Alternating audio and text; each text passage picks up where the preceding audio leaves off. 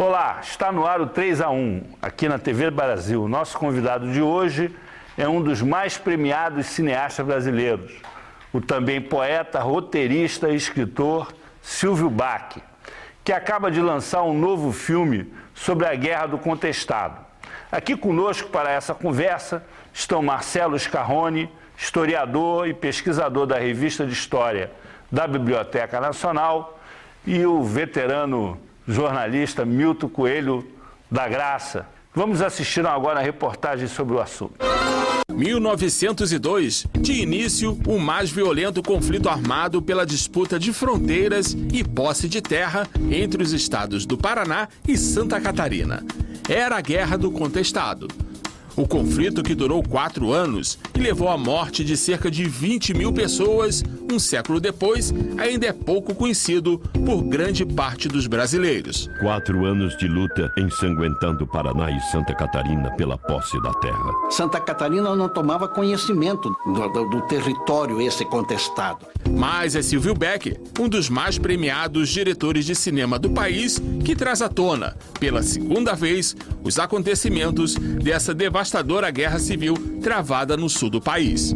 Foi com a ficção A Guerra dos Pelados, produzida em 1971, que Silvio retratou pela primeira vez um episódio até então esquecido na história do Brasil. Outubro, mês do centenário do conflito, foi a data escolhida pelo diretor para o lançamento de mais uma produção sobre o tema. O Contestado, Restos Mortais, abre novas brechas para a compreensão da guerra travada no início do século passado. Produzido a partir de um inédito resgate histórico, iconográfico e principalmente mítico, Silvio introduz de forma inusitada elementos mediúnicos à linguagem do filme. E é a partir do testemunho de 30 médiuns que o diretor dá vida a um dos maiores levantes pela posse de terra no Brasil. Quem sabe agora, personagens e fatos esquecidos e ignorados ao longo da história possam ganhar repercussão na sociedade brasileira. O testemunho de 30 médiuns em transe revelam toda a verdade até hoje soterrada. O Contestado, Restos Mortais. Silvio Bacchi, esse filme ele é uma revolução no documentarismo brasileiro, porque ele trata de uma questão social, de um movimento histórico muito importante na história do Brasil, e ele faz uma abordagem quase que mediúnica com relação à história. Isso na literatura tem um caso célebre com relação a esse tipo de abordagem, que é o Andarilho das Estrelas do Jacques London, né? O autor do Chamado Selvagem. Isso. Que toda a obra dele é dedicada a essa relação do homem com a natureza, as contradições sociais, e numa das suas últimas obras, talvez a última, ele fica nessa fronteira, né, entre o mediúnico e a realidade. Mas a vida que ele mostra ali acaba sendo a relação do homem com a natureza e os conflitos entre os homens, né? O teu filme vai por essa linha também? Eu não tinha premeditado a utilização desses médiums no filme, sabe? Embora eu tenha feito nos anos 80 um filme sobre um pintor paranaense chamado Miguel Bacum, que se suicidou em 63, e aí eu o conheci em vida, mas não sabia da vida privada dele. Mas depois de morto, circulou muita mitologia em torno dele, que ele era místico, que ele era encontrado rezando em voz alta no quintal da casa dele, que ele sempre estava em uma espécie de transe. E quando eu resolvi fazer o filme sobre a vida dele, em 82, 83... não sei em que momento me veio uma inspiração, uma epifania. Disse, será que ninguém recebe o Miguel Bacum? E aí alguém me falou, tem uma médium aqui em Curitiba, nessa época eu morava em Curitiba, que recebe suicidas. Ela está viva ainda, chama-se Valquíria Kaminski. Eu liguei para ela e disse, olha aqui quem fala é o fulano e tal, eu estou querendo fazer um filme sobre esse pintor que se matou há 20 anos e me deu aqui uma ideia de que, será que ninguém, ele é suicida? Eu me lembro que ela me disse assim, mas ele é brasileiro? Eu disse, não, ele não só é brasileiro, como nasceu aqui no sul do Paraná, e se matou em Curitiba e tal. Bom, em síntese, eu acabei formatando um filme onde ela dá uma entrevista, essa Valquíria Kaminski, recebendo o Miguel Bacun. E é um filme, na época, que não é um filme, exatamente tem essa pegada, vamos dizer assim, espírita, essa pegada irreal, e aplicado em vários festivais. Eu ganhei vários festivais políticos até com esse filme, me assustei, eu queria que o filme fosse visto, ele acabou sendo premiado. E aí eu pensei, não, eu não vou voltar mais a isso, porque isso é uma ideia única, não vou mais usar isso. Mas quando eu fiz em 1971 A Guerra dos Pelados, que é uma ficção sobre a Guerra do Contestado, ali eu encenei uma pessoa, uma médium, uma menina, daquelas meninas virgens que comandavam os guerreiros e os guerrilheiros do Contestado. Eu encenei isso, fiz uma coisa fake. E quando eu voltei ao tema, agora, 7, 8 anos atrás, e reestudando o tema, porque eu voltei ao tema é que o Contestado, apesar de ter sido o maior movimento armado pela posse e contra a usurpação da terra no Brasil no século XX, ele ainda é um evento desconhecido, mal visto, mal encarado, mal estudado pela historiografia brasileira. Ele faz parte de uma história que foi, vamos dizer assim, oculta, né? Oculta, pela soterrada, durante muito sepultada. tempo. E aí, ao estudar isso, me veio novamente essa... E aí eu pesquisando no interior de Santa Catarina, no centro-oeste, naquele palco onde se desenrolou o Contestado, que é um território do tamanho do estado de Alagoas, quer dizer, não é uma coisa pequena, é uma coisa enorme, das fronteiras do sul de Santa Catarina até a fronteira norte do Rio Grande do Sul, quer dizer, uma extensão gigantesca. Eu falando com um pesquisador que já é falecido, mas está no filme, o senhor Euclides Felipe, ele me disse, eu sou espírita, Silvio, sabe? E aí eu comecei a falar sobre essa ideia. Ele disse, olha, anos atrás, numa sessão espírita, alguém incorporou um dos líderes do Contestado. E eu disse, senhor Felipe, eu tenho uma ideia de fazer uma coisa assim. Até ele me disse, o senhor Bach, o senhor é espírita? Eu falei, não, senhor Felipe, eu sou cineasta. O que é um pouco, mais ou menos a mesma coisa, não é? E aí ele disse, o senhor está no caminho certo. Resumindo, a gente ao longo de 8 meses, percorrendo aquela região centro-oeste de Santa Catarina, de norte a sul, visitamos dezenas de centros espíritas, em Umbanda, em Florianópolis, e aí a gente foi tentando encontrar pessoas que pudessem trazer essa invisibilidade do Contestado à tona. Esse teu filme tá pronto, você acha que ele traz de novo para a sociedade o debate sobre o Contestado, o que ele representou?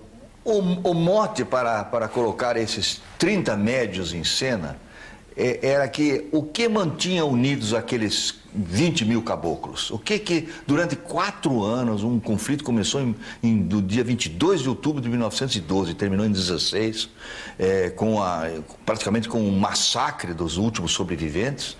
O que mantinha essas 20 mil pessoas em mais de 30, quase 40 cidadelas, que eles chamavam de cidadelas santas, mantinha essa gente unida? Era a religiosidade. Havia uma religiosidade que, com o passar do tempo e com a agressão militar, eu diria que era diferente de Canudos, sabe?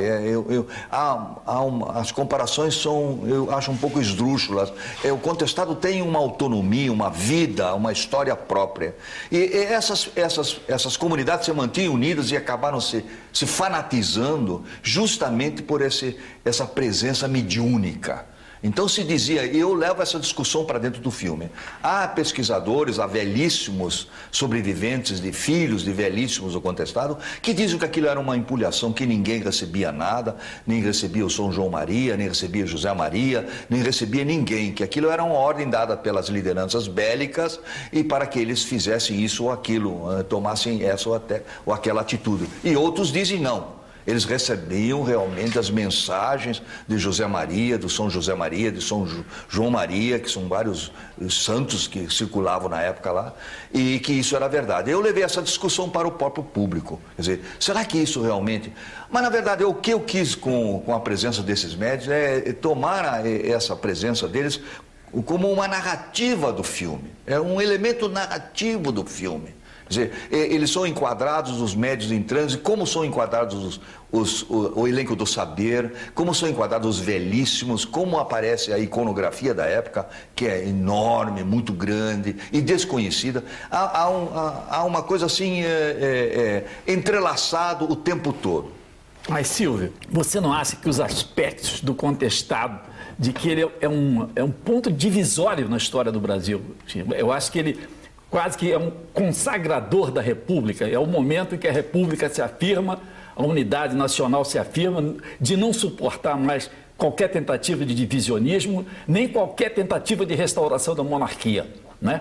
O Exército se afirma, os seus princípios republicanos, e começa a surgir coisas, é uma encruzilhada histórica do país. Você não acha que isso talvez seja muito mais importante que todos os aspectos, vamos dizer, das razões que levaram à rebelião? Quer dizer, o que ele realmente significa, e levou ao esquecimento, acho que o contestado é esquecido propositalmente, porque ele botou em questão tudo no Brasil. É verdade, o contestado, isso é uma coisa criminosa em termos assim de... É uma coisa de lesa pátria, eu acho, sabe? O esquecimento, a omissão e a má compreensão que o contestado tem junto aos historiadores, junto à academia, não só a academia brasileira de um modo geral, embora em Santa Catarina e no Paraná e um pouco no Rio Grande do Sul, nos últimos 20 anos, 30 anos se publicaram muitos doutorados, muitos livros publicados, mas eu acho que o que está soterrando, o que vem soterrando nesse século o contestado é a pretensão autonomista que tinha o contestado. O contestado, eles queriam se separar do país. Havia eu acho que nesse ponto, desde o Império, quer dizer, o Brasil, a geopolítica portuguesa, a geopolítica do Império e da República, nunca admitiram nenhuma possibilidade de que esse país fosse dividido. Não é? Isso é uma vitória da geopolítica portuguesa desde o Império, quer dizer, Confederação do Equador, as revoltas na Bahia, a Revolução Farroupilha, o contestado foi, digamos assim, como você, foi assim, uma encruzilhada mesmo, foi a última tentativa, porque ali queria se criar, aliás, se formatou com Constituição e tudo, uma monarquia sul-brasileira, que abrangia inclusive o Uruguai e vinha até aqui o Rio de Janeiro. Então é uma coisa que o Hermes da Fonseca, o presidente, ficou agastadíssimo e mandou um exército moderníssimo para o contestado. O general Setebrino de Carvalho foi lá com armas modernas, com canhões usados na Primeira Guerra Mundial, depois, um ano depois. Então com aviões, inclusive, os aviões não tiveram sucesso, mas a ideia era jogar bombas manualmente de avião em cima das cidadelas rebeldes. Então, eu acho que esse lado separatista do contestado é uma coisa que a academia, de um modo geral, não quer tratar disso. E de outro lado, eu acho que também um outro dado importante desse obscurecimento do contestado é o lado, digamos, terrorista que acabou prevalecendo em determinado momento do contestado. Tanto do lado da repressão como dos próprios fanáticos. Muita gente não gosta que os rebeldes do contestado sejam chamados de fanáticos, mas eles eram fanáticos. Eles tinham uma atitude autista, como escreveu um grande pesquisador, o Maurício Vinhas e Queiroz, que um cara escreveu uma obra lapidar sobre o contestado nos anos 60.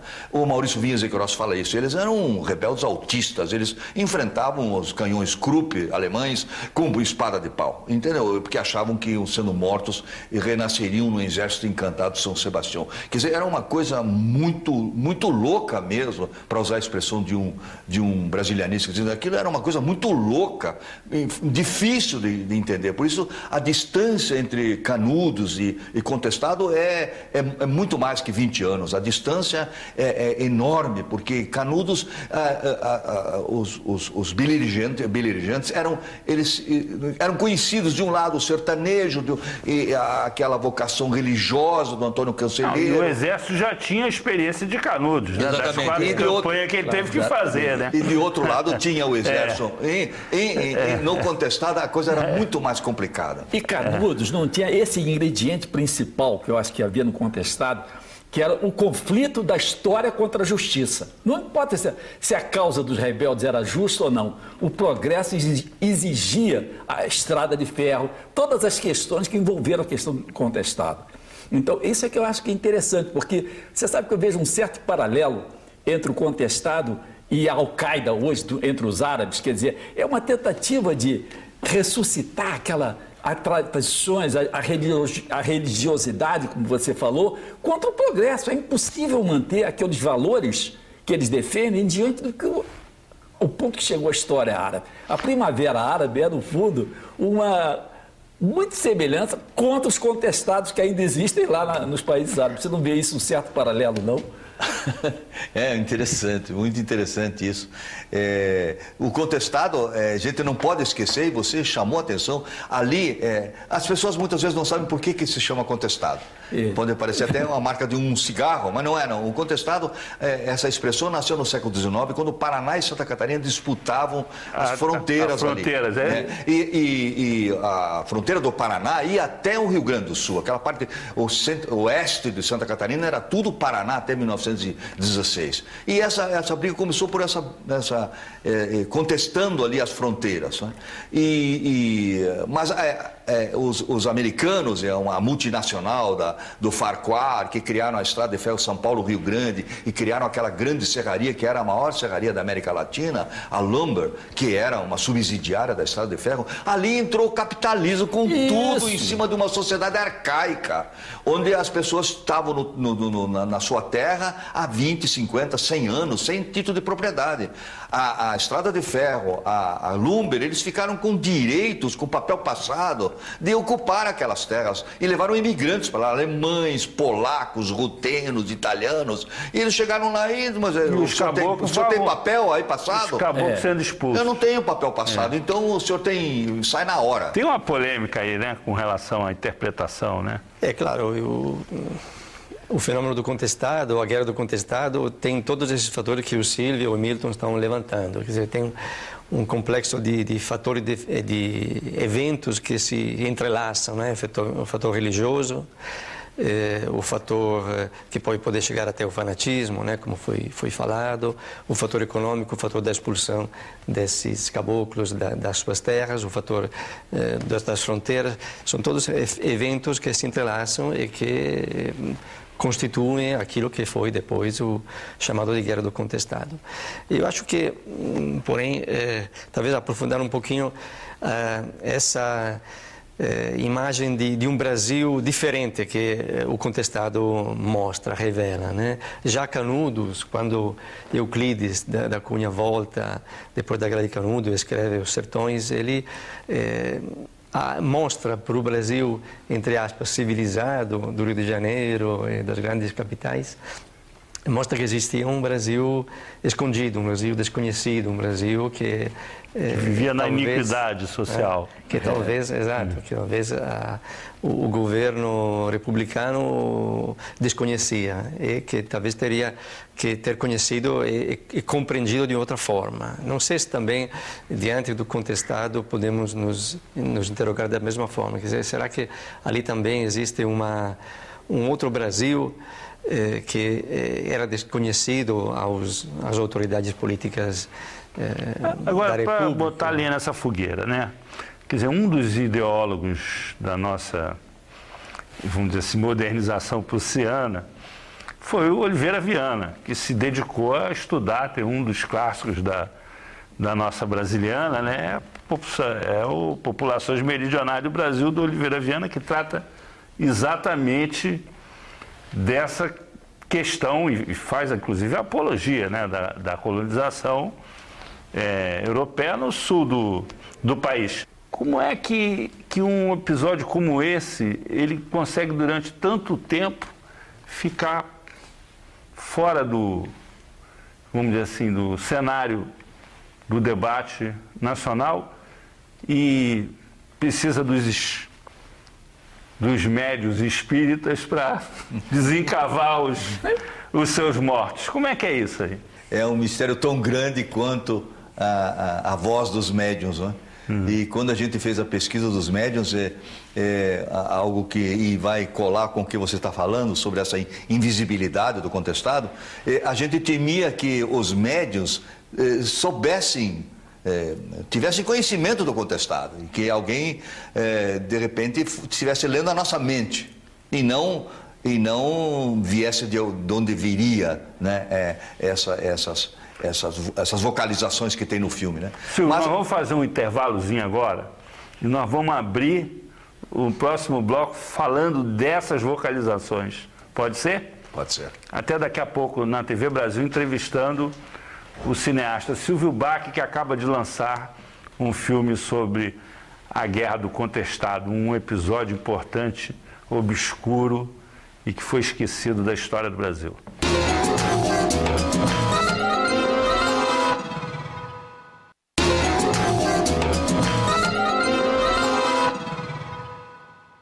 Estamos de volta com 3-1 aqui na TV Brasil. O nosso programa hoje entrevista o cineasta Silvio Bach sobre um dos temas mais importantes da história do nosso país e que foi muito pouco abordado até agora pela historiografia oficial, a Guerra do Contestado, que é o tema do novo filme do nosso convidado.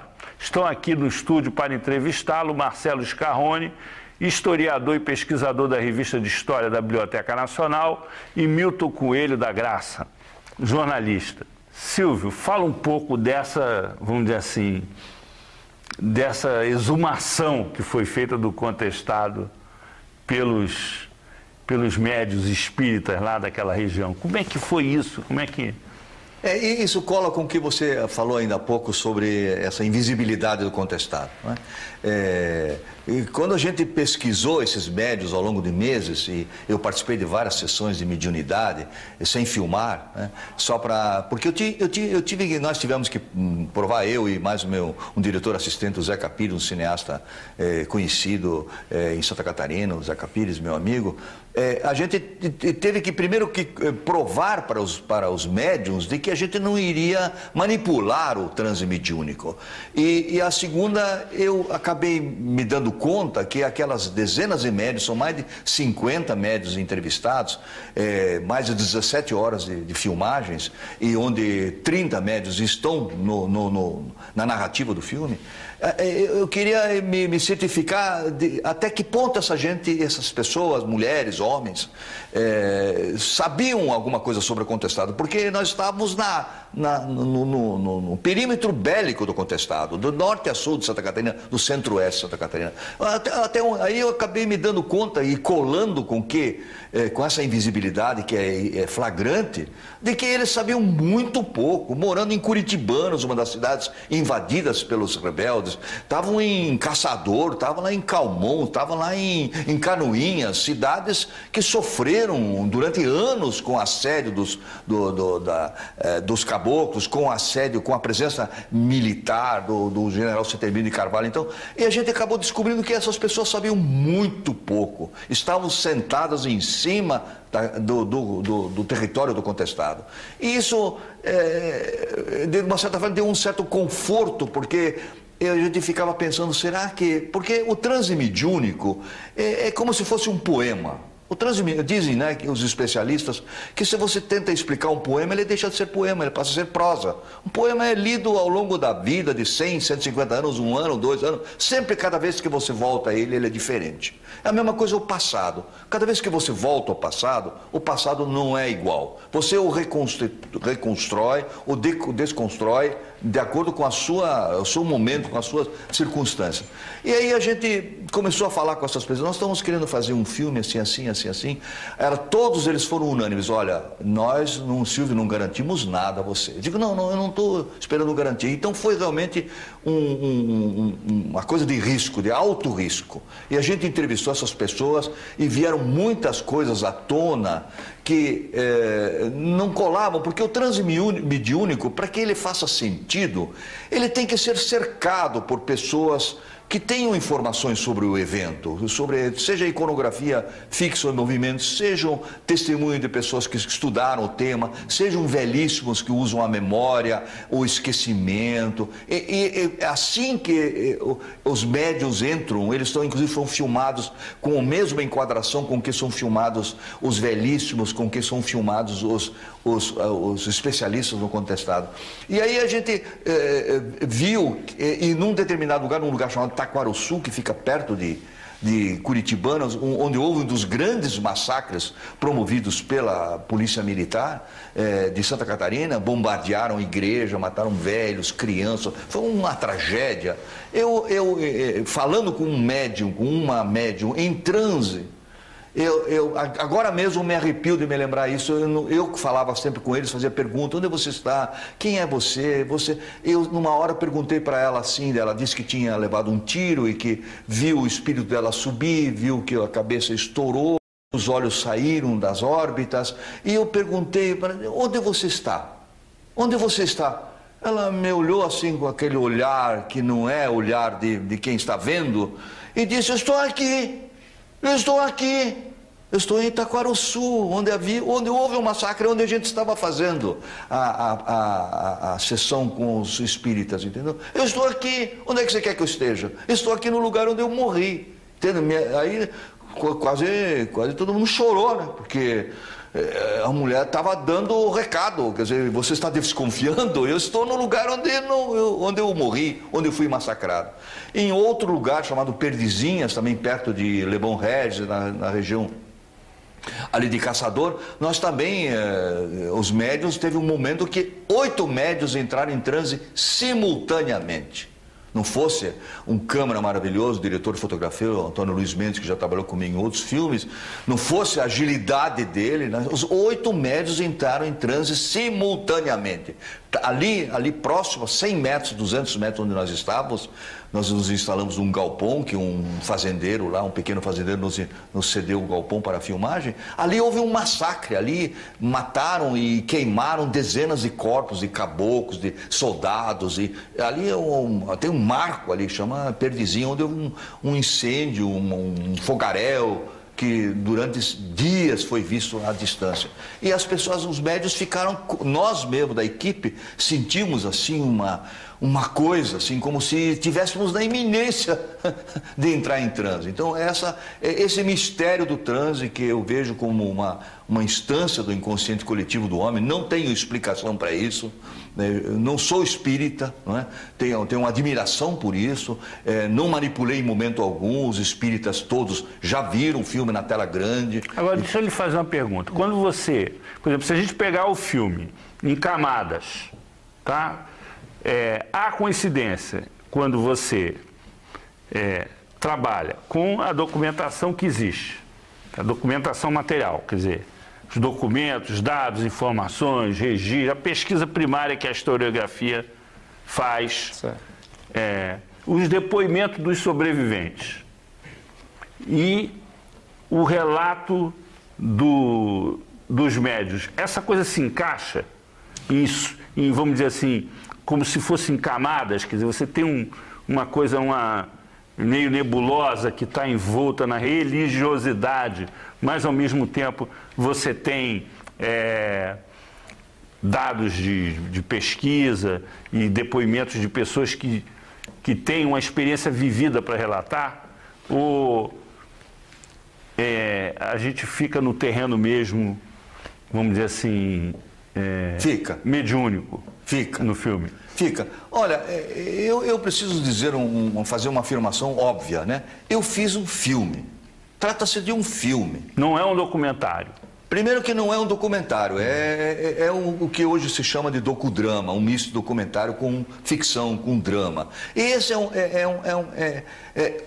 houve gente, quando o filme esteve no Festival de Gramado, que me elogiou extemporaneamente pela minha qualidade de diretor de ator. Disse, você acabou fazendo uma demonstração de que você é um grande diretor de ator. Eu disse, olha, muito obrigado pelo elogio, mas eu levo ele para casa, ponho na minha agenda, tá? Mas eu não dirigi ninguém. Não são atores que estão ali. Ainda participando de um debate, dia desses, várias pessoas levantaram e disseram, mas esses atores são fantásticos. Como que você conseguiu arrancar isso deles? Não, olha, gente, corta. Não, eu falei apenas com as pessoas. As pessoas entravam em transe, eu tentava ver, teve gente que ficou 1 hora falando, fiquei falando 1 hora, onde no filme tem 50 segundos no ar. Porque eu falava muito, eles respondiam coisas desconexas, de repente parece que eles sintonizavam alguma coisa que nos parecia. Então eu quero insistir que eu fiz um filme, eu não fiz uma tese de doutorado, eu fiz um filme onde eu achei que o transe mediúnico, ele se encaixa para tentar trazer à tona a invisibilidade do contestado. Entre a visibilidade e invisibilidade histórica, que é notória hoje, há uma invisibilidade que a gente trouxe da própria região do contestado, dos massacrados, dos milhares de mortos, né, por doença, por tiro, porque, enfim, se perderam nos matos, é isso. E eu pergunto a você, eu estou interessado no como e porquê. Qual é o fio condutor do contestado para nós? Por exemplo, uma coisa que a gente não falou até agora, eu vejo ali o nascimento de um sentimento militar novo, a consolidação da República, e não só isso, o sonho de fazer do Brasil um país tão poderoso como os Estados Unidos no hemisfério norte. Não é à toa que nós éramos chamados de Estados Unidos do Brasil. Ali há já o início do mesmo propósito da revolta de 1922, do apoio à Revolução Liberal de Getúlio Vargas, enfim, esse sentimento que nós temos de fazer com que o Brasil seja sempre unido, sempre republicano e seja capaz de chegar ao mesmo nível dos Estados Unidos no hemisfério norte. Você não vê isso um pouco, não? Esse sentimento militar novo aparecendo ali no contestado, que até ali não tinha, é uma espécie de florianismo, aquilo que o Floriano já tinha emergido, né, durante seu governo, aparece, olha, ali no contestado, conduzindo Setembrino, por exemplo. O general Setembrino, ele está pensando nisso. O Brasil tem de ser um país unido, forte, poderoso, e por isso não pode haver obstáculos ao progresso. Essa porcaria dessa estrada aqui tem de valer, nós queremos fazer, o capitalismo tem de entrar no Brasil. Você vê isso também? Vejo. Isso está dito no filme em vários momentos por vários especialistas e pela própria documentação que você vê. Nós temos imagens da Lumber, dessa Brazil Lumber Colonization, que era, na época, considerada a maior serraria da América Latina. E os caras exportavam para a Europa, para o mundo, o pinheiro e várias madeiras nobres, embuias, enfim. Então, ali, o Exército, eu tenho a impressão, não sei se consigo te responder, Milton, mas o Exército ali, naquele momento, pela primeira vez na história do Brasil, o Exército decidiu não ser mais uma tropa auxiliar dos coronéis.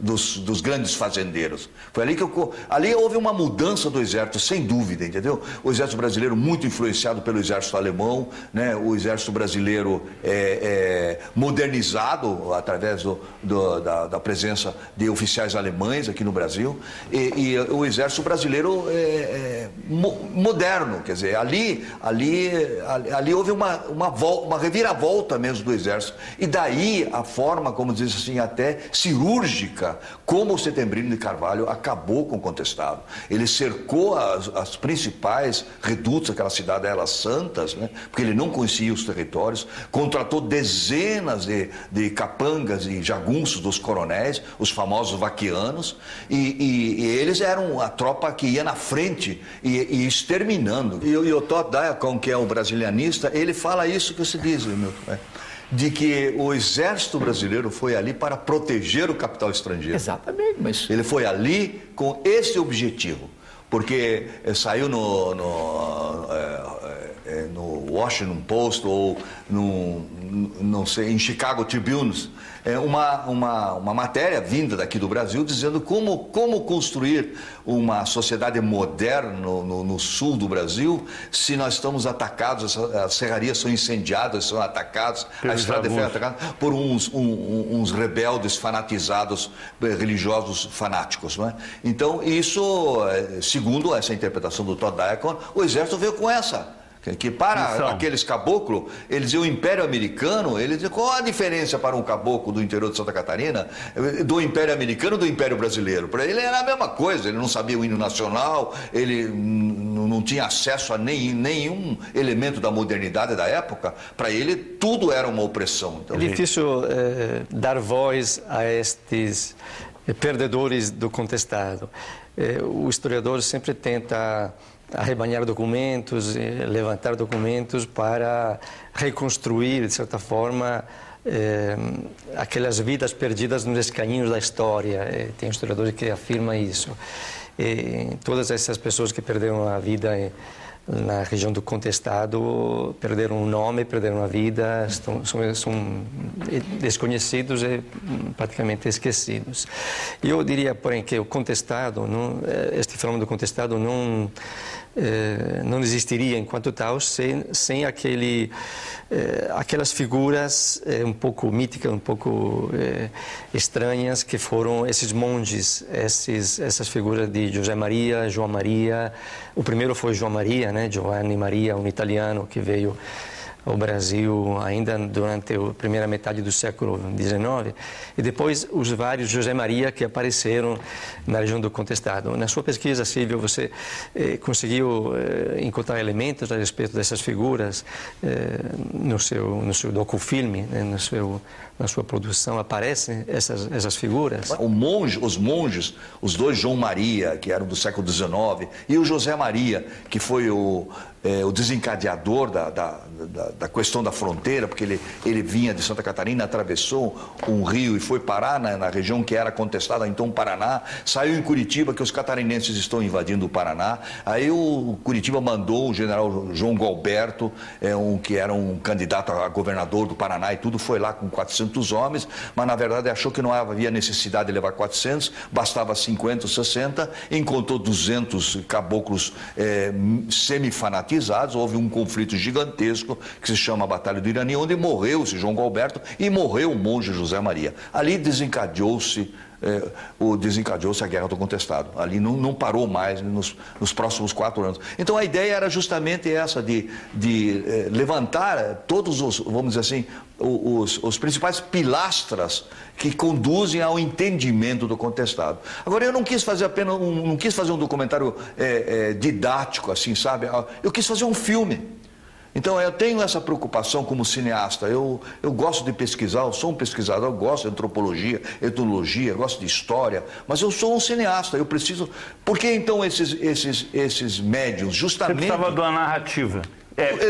Eu precisava de uma narrativa nova para o evento, porque era isso que está no ar, isso que está no éter. Nós vamos fazer um intervalo agora e voltamos daqui a pouco com essa entrevista com Silvio Bach sobre o seu polêmico filme sobre a Guerra do Contestado.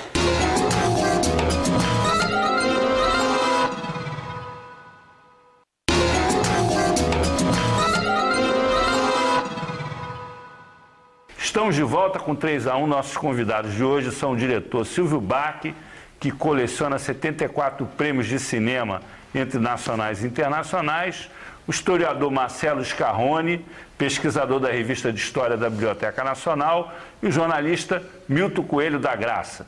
Nós vamos retomar esse bloco aqui com o nosso entrevistado explicando por que nesse caso, mais uma vez, a verdade é a primeira vítima da guerra, do contestado. Não, eu gostaria de comentar a pergunta do Scarrone, do historiador, que Se de um lado a história é sempre contada pelo vencedor, nesse caso, muitas vezes o vencido não teve o seu historiador.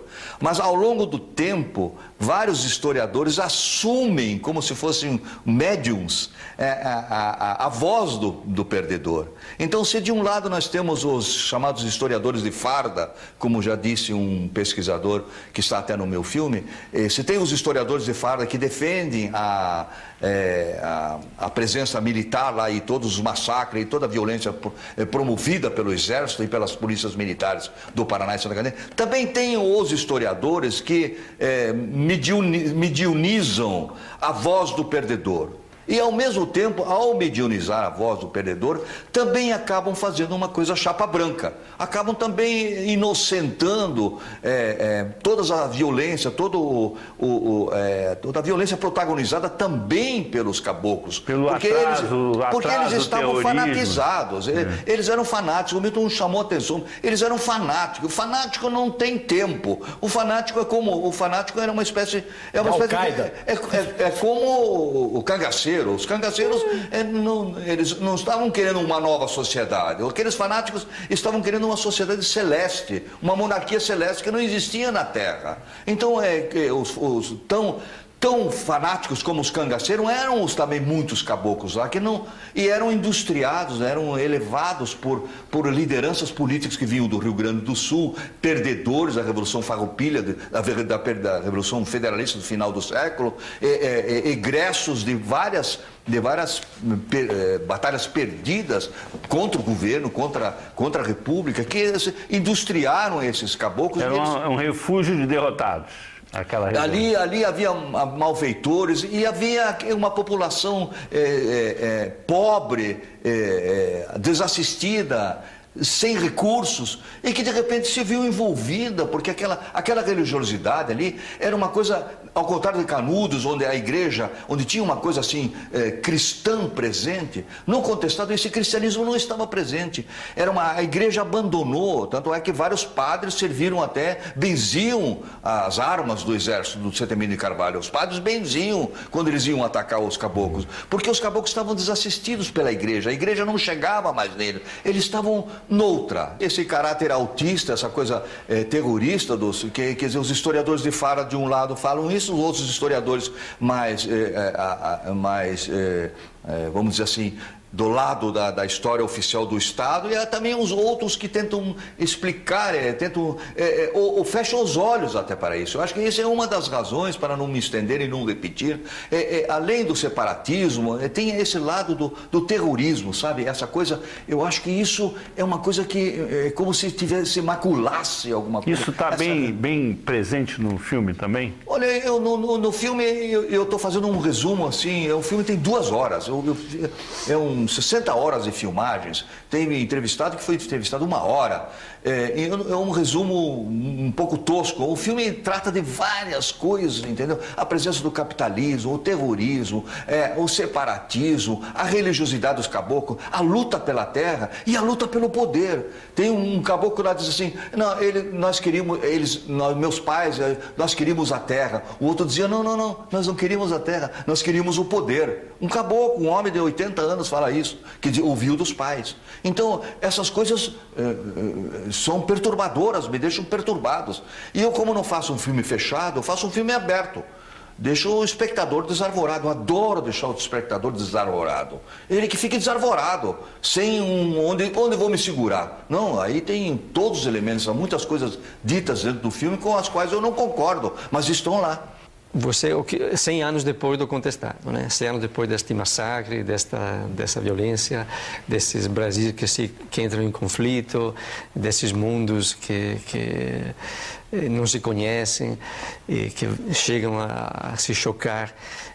100 anos depois, o público brasileiro vai assistir ao seu filme. O que você espera? Qual é a expectativa? Que tipo de expectativa já está encontrando, divulgando o filme no Paraná, em Santa Catarina, e daqui a pouco até no Rio de Janeiro? Eu tenho uma ambição explícita. Eu queria que com o filme o Contestado viesse à tona. Eu fico sempre triste, não porque eu sou catarina, eu tenho essa vocação sulista, conheço o Paraná, Santa Catarina e o Rio Grande do Sul muito bem, conheço a história desses 3 estados, né, desse sulíssimo. Eu queria que o contestado viesse à tona, entrasse na corrente sanguínea da historiografia brasileira, fosse estudado a fundo, que eu insisto, eu fiz um filme, não fiz uma tese de doutorado.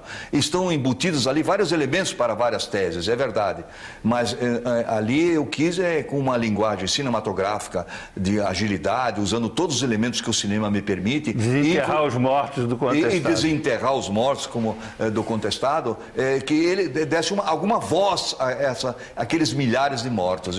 Eu penso que se eu conseguir isso... Agora eu vou fazer uma provocação com o Milton aqui. Como isso é parecido com o Araguaia, né? Que não consegue achar os mortos, não consegue... Não tem os documentos, que sumiu tudo, né? Só que não tem ainda 100 anos, né? Nenhum cineasta. É o mesmo processo, assim, é da nossa tradição republicana resolver esse problema dessa forma e salgar a terra, que nem fizeram com... Há uma diferença na Inconfidência muito importante, né? Quer dizer, aquilo não nasceu lá, não nasceu no Araguaia. Foi uma tentativa de implantar no Uruguai um novo tipo de organização social. E aí foi por isso que não teve apoio popular, não teve essa dimensão que teve o contestado. Mas o método de apagar o passado é mais ou menos o mesmo. É mais ou menos o mesmo. Você conseguiu documentos oficiais do Exército, assim, morreram fulano, contaram os mortos? Tem. O Exército foi lá, inclusive com o cinema. Há um filme feito, pago pelo Exército na época, é um filme que sumiu, um filme chapa branca. Mas sumiu. Todo encenado, foi exibido no Brasil em 1914, 15, aqui em São Paulo, Porto Alegre. É um filme de 50 minutos, não me falha melhor agora, onde há uma descrição de todas as cenas, onde as tropas do Setembrino se exercitando, indo para o front. Não há nenhuma filmagem... Mas assim, não, da cena do que eu digo é do massacre, de chegar lá, acabar com o caboclo, sumir com o caboclo, cortar a cabeça. Imagens disso não tem, né? Mas tem os relatos de oficiais e historiadores que muitas vezes se contrapuseram à opinião do próprio Exército e que deixaram testemunhos valiosos. Esses testemunhos estão publicados, inclusive pelo Ministério do Exército. Quer dizer, assim, uma coisa até surpreendente, que você encontra relatos seríssimos e trágicos sobre os massacres protagonizados pelo Exército, pelas tropas do Setembrino de Carvalho, pelos jagunços, pelos vaquianos. Então, é o que eu digo, que aquele historiador de farda. E tem aquele historiador que não está sem farda, mas que também olha com outros olhos, entende? Eu te digo, existe uma farta literatura sobre a Guerra do Contestado. Uma farta literatura, oficial, oficiosa, mas existe. Quer dizer, tanto é que existem aí, publicaram nos últimos anos dezenas de mestrados e doutorados, e isso não se entende. Aliás, a gente aqui, de certa forma, a gente abriu o leque das razões, porque... Então pode ser um silêncio mais nosso, né, dos comunicadores, exatamente, né? Aqueles têm a missão de buscar o passado. E também não vamos agora também, como se diz, vitimizar o Brasil, sabe? Ou nos outros países isso acontece também. Claro. A história é apagada. É da natureza. É da natureza. Vamos esquecer. Aliás, um dos entrevistados, um senhor já de 90 e tantos anos, ele fala uma coisa muito interessante. Ele disse, a gente não quer falar sobre isso. É como se... ao contrário de Canudos, por exemplo, onde os lados estavam definidos, no contestado não estavam definidos. De repente um soldado se passava para o lado dos caboclos. De repente os caboclos estavam passando fome dentro daquela cidadela Santos e se passavam para o exército porque tinha ração lá. Ia embora, levava a família, saía. Entende? Então havia um intercâmbio muito louco ali entre todos, sabe? Então, às vezes o cara que você pensa que ele é vítima, ele foi algoz, ele matou.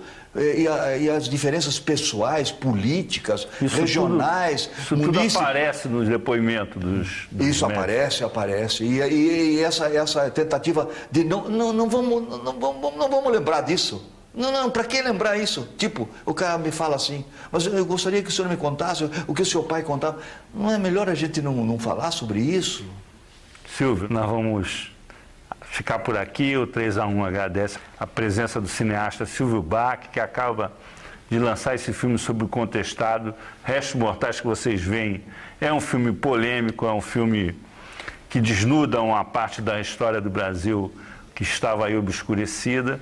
Agradecemos também a participação do Marcelo Scarrone, historiador e pesquisador da Revista de História da Biblioteca Nacional, e do jornalista Milton Coelho da Graça.